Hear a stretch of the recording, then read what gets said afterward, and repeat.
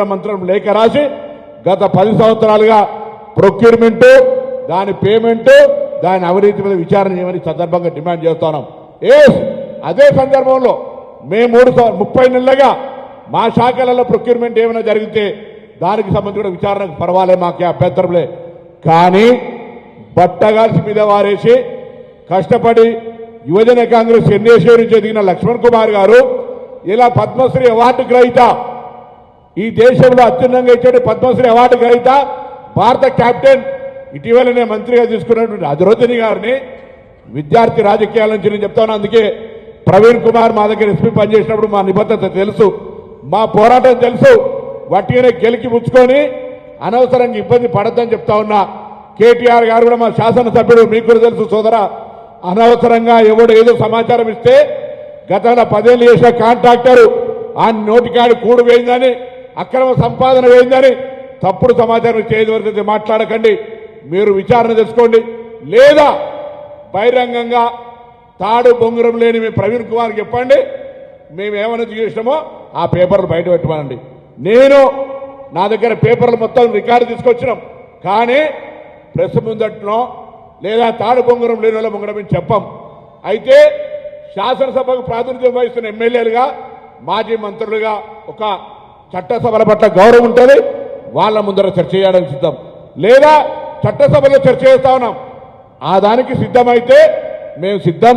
మేము ఎక్కడా ఓడ పెడతా ఉన్నాడు ఏదో మేము తప్పించుకొని, అరే ఇది జంక్షన్, తెలంగాణ స్ఫూర్తికి జంక్షన్ ఇది. మేము రెడీగా ఉన్నాం. మేము మా పార్టీ కార్యాలయంలో కూర్చొని రమ్మంటారు, లేదా కాంగ్రెస్ లెజిస్లేటర్ పార్టీ కార్యాలయంలో కూర్చోలే. This is the public place.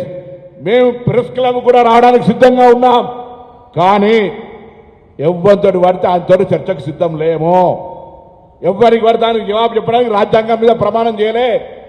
నాకు తెలిసిన, నాకున్న సమాచారాన్ని ఎవరితో పడితే ఆయనతో షేర్ చేసుకోవద్దని ప్రమాణం చేసిన శాసనసభ్యులతోటి, మాజీ మంత్రులుగా ఉన్నటువంటి ప్రస్తుత శాసనసభ్యులతోటి శాసనసభలో కానీ ఎక్కడైనా చర్చ చేయడానికి సిద్ధం.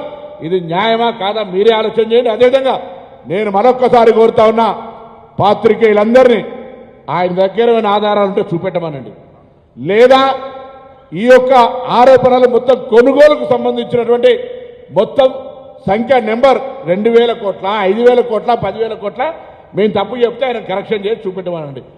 టెండర్ ప్రక్రియలో మఫతులాలు వచ్చిందా, ఇంకో దఫతులాలు వచ్చిందా, నాకేం సంబంధం, నేను గద్ద దాకా చూస్తామా?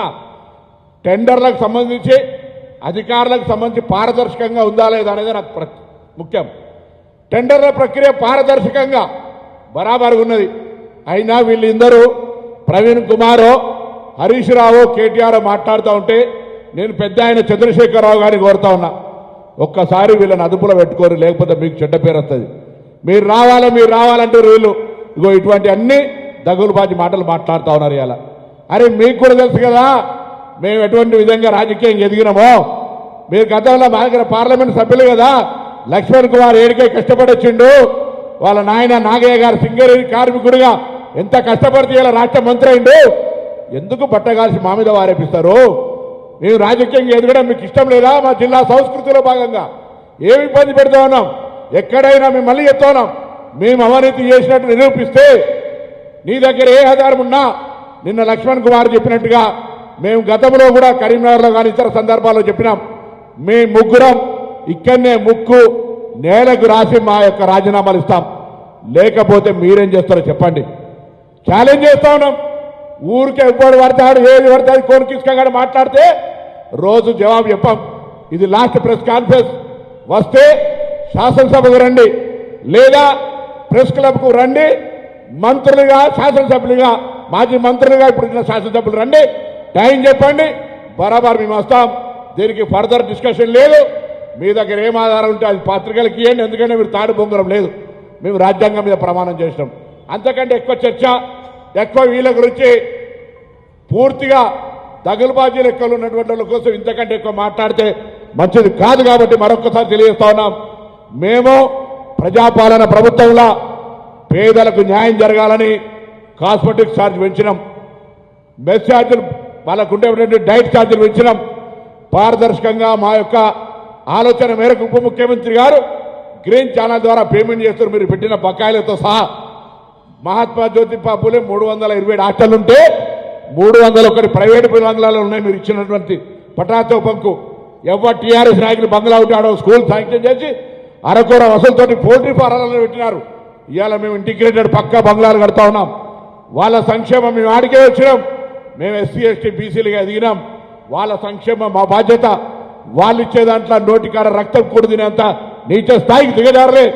నువ్వేమైనా గతంలో ఆ యొక్క సోషల్ వెల్ఫేర్ ఆఫీసర్ ఉండి నువ్వేమైనా తిన్నావు కావచ్చు, ఆ అలవాటు కొద్దీ ఏమైనా ఆలోచన చేస్తుండొచ్చు. మళ్ళొక్కసారి చెప్తున్నా, ఒళ్ళు నాలిక అన్ని దగ్గర పెట్టుకొని మాట్లాడేది ఇక్కడ తెలంగాణ ఉద్యమకారులుగా బలహీన వర్గాల బిడ్డలుగా భూమి మీదకే మొదటి తరం రాజకీయ నాయకులు ఎదిగిన వాళ్ళం. ఏది పడితే ఎవరు పడితే అది మాట్లాడితే జాగ్రత్త అనే మాట కూడా సందర్భంగా మనం చేస్తూ మేము మళ్ళీ చెప్తా ఉన్నాం. మేము పెరిగి పందలం కాదు, చర్చ నుంచి పారిపోతలేం. చర్చ ఎవరితో జరగాలో వాళ్ళతో జరగడానికి మేము సిద్ధం.